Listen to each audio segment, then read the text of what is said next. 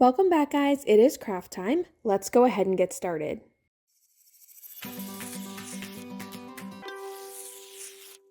In today's video, we are trying something new and a bit out of my comfort zone, and I'm just going to kind of walk you through how I did it and give you guys some updates on what you can expect from my channel this year. Now, I am challenging myself to step outside of my comfort zone. I want to learn new techniques. I want to learn new crafts and just challenge myself a little bit to step away from what I typically do and usually do and what's comfortable, and just challenge myself, even if it doesn't work out in the end, to attempt something new, learn something new.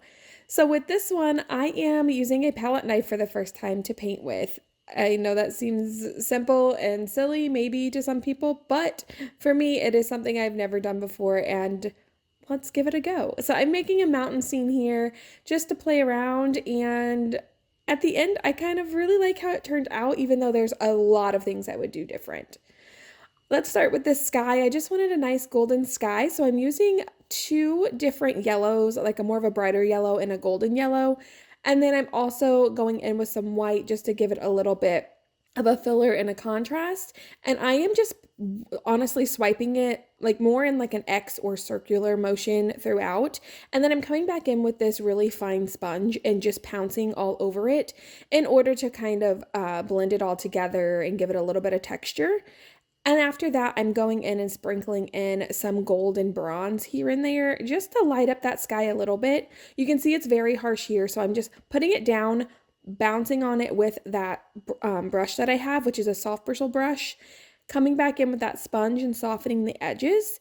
And then after it's dried a little but not fully dry, I'm coming in with a completely dry, soft brush, and I'm going to soften those edges even more. So I'm just going to brush it around really gently in circular motions just to soften those edges, kind of blend them out to where you could see that they're there, but they're not popping out. I know I'm probably not the best at this, but this is something I am more comfortable with than what we will be doing next. So I am now going to start on my mountains. I'm going to start with light and work my way forward with dark colors. So I'm just going to start with a light blue, and I am going to take my palette knife and spread this paint out. I think I could have done this part with a brush just to save myself some time, but again, the challenge was to paint with the palette knife. So I just stuck with that, and I just put that light blue and some white down onto it. I honestly wasn't sure how much paint I would need or not need. Again, this isn't really a how-to. This is just like what I did as a beginner, kind of winging it just based off of like videos I've seen throughout the years and stuff of other people doing it, taking that little bit of knowledge and putting it to the canvas. So my structure will be my base color, which here is the light blue, and then use a darker color for the shading and a lighter color for the highlights and things. So here I'm using the dark blue that I'm using will be the base color for my next set of mountains. And since this is my first set of mountains, the white will be my light color for that. And you'll see me repeat that throughout the steps. And now what I'm doing with the palette knife is I'm just dipping it in some of the paint here because I don't have enough paint down on my canvas. And I am dragging it left and right, trying to make it to where like the peak of the mountain is kind of more of a straight line or a jagged met up line to where it looks like, you know, if I drag down to the right, drag to the left, those 2 points meet and it looks like the peak of the mountain. Just from the general knowledge I have from the limited painting I have done, I know that to put a mountain in front, you want to drag it down across in front of the other mountains. So you'll see me kind of doing that over and over. And I'm just going to keep repeating this. So if it gets a little repetitive, I apologize. But as you see here, the base blue that I put down, that is there, that is the same blue I used from my shadows in the mountains behind it. So the first range of mountains, that dark shadowing, is the base color for this mountain. As I'm spreading this out, I'm going to go in with my shadows and my highlights, and I'm going to be using that light blue from the previous mountains, and the dark blue will be the next base color for the next mountains. I'm just going to keep spreading this out, and as you can see, I'm also going ahead and doing the side of the canvases as I go. That way it wraps around and I don't have to go back and do it later. I just kind of want it to all match up with the picture as I go. And then since I am doing 2 canvases, I am making sure that the mountain range meets up in the middle, the where it's supposed to go. So right now it's kind of like offset, but as I do the next canvas and things, as I go down the entire thing, I always put them back together to make sure that I'm making sure that they meet and that they're a matching set. I'm doing this just because I have lots of canvases on hand. I originally was going to do this for my sister-in-law for her office, but it's not really what she was looking for or what she asked for. It was great for me though, because it's just sparking my creativity. As you can tell, my channel has been a little stagnant ever since I became a mom of 2. It's been really hard to kind of adjust to that. It's just not something I'm used to. I'm having so much fun, but I'm really wanting to get back into my art, into my creativeness. So I am really looking forward to starting to share videos with you guys again. And I promise I'll get back into a routine of it all and give you the videos that you want. But I am right now just doing this for me. I'm learning new things, trying new things. I've recently started playing with watercolor, and that has been really fun and very challenging. I am not always the most patient person. When it comes to my art, I like to be able to control it and know where it's going, and usually I can picture it in my head and then just create it. And with watercolor, that is not happening. So that's been really fun.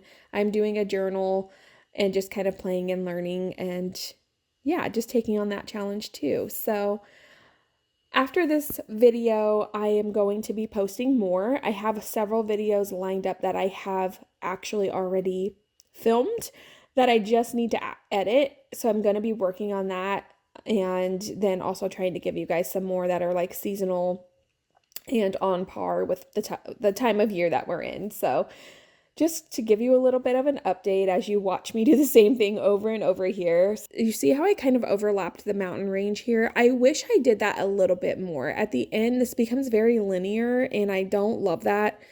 I was so focused here on the process and the movement of the paint and how to make the palette work, which is honestly the whole point of it, but I do wish I would have looked more at like the composition of it, I guess. This is just a lack of knowledge. I'm not a painter, but I do wish, like, looking at it at the end, I would have kind of created more depth and range and not just like straight across mountains, if that makes sense.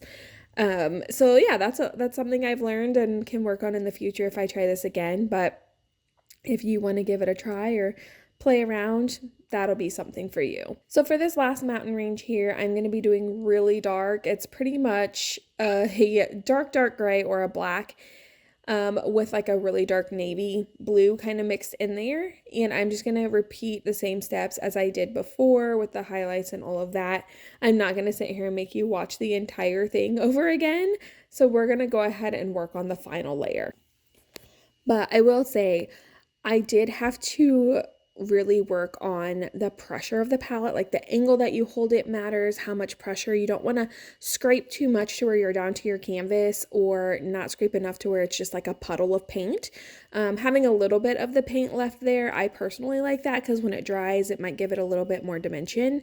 But that was something that, like, the palette control, I don't know, it just is a skill. It's definitely a skill. So I am now working on this final layer here where I wanted those trees to be in there. I just wanted to add a little bit more texture. So I'm just doing more of like a grays, blacks, and whites for this with a little bit of a dark green in there. And I'm just going to spread that paint out, and then I'm going to smack my palette knife in a vertical manner all over this just to give it like a different texture. I just want it to emulate, like, there's a forest down there, maybe some trees, and I'm going to do that back row and then work myself forward to the forefront of the picture, or like to the bottom of the canvas. And once I'm done with kind of layering, pouncing that palette on there, I'm going to turn it on its side to give it more lines. So I'm going to just do the same thing, turn it on its side and bounce it all over that canvas. And then now you can see here I have it on its side. Now that's a little more tacky. I am scraping the canvas and leaving some lines. I just want it to look like there are some trees there. So after I'm done with that, I'm going to let it dry. And I'm going to go back and add a golden sun. Now I'm using the same gold that I kind of worked into the clouds there. And then I'm going to go in, I kind of wanted like some more highlighting and like metallics onto this. And I'm just going to use some of these blue metallics that I have in my paint stash. And I'm just going to go back in and add a little bit more detail onto these mountains with my brush. I probably didn't do great at like where the true light should be hitting from where the sun is at. I that's not what the whole point of this was. I didn't put that much thought into it. I probably should have. I probably would have liked it better. But I am just going in on some of those peaks and some of those places just to give it a little more definition and to add a little bit of sparkle on each of these rows. And I'm just doing that with different blues and metallics that I think fit that row the best. And I think it helped the picture a lot. So as you can see here, like you can see those peaks a lot better. And that was a lot of fun. And at the end, I just added in some little tiny birds. And I also painted in a few little tiny trees at the bottom.